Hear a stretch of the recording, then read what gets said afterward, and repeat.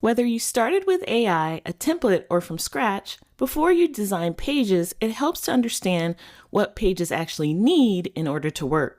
Pages display your data and control who sees what.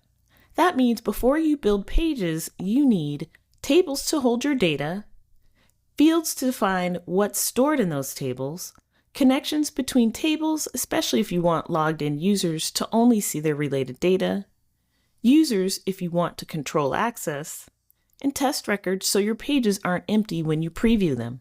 Without these, there's nothing for your pages to display and no way to control who sees what. If you started with AI or a template, a lot of this is already built for you. Tables, fields, connections, sample data, maybe even user roles. Your job now is to review what was created. Open the Tables section, look at your tables, and get familiar with how things are connected. This is the handoff moment from AI built this to I understand and own this.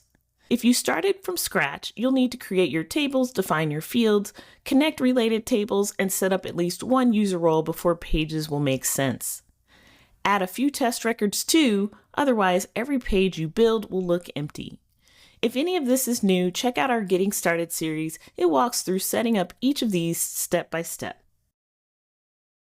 Before moving on, confirm your core tables exist, fields are defined, tables are connected where needed, at least one user role is created if you need login or permissions, and you have a few test records.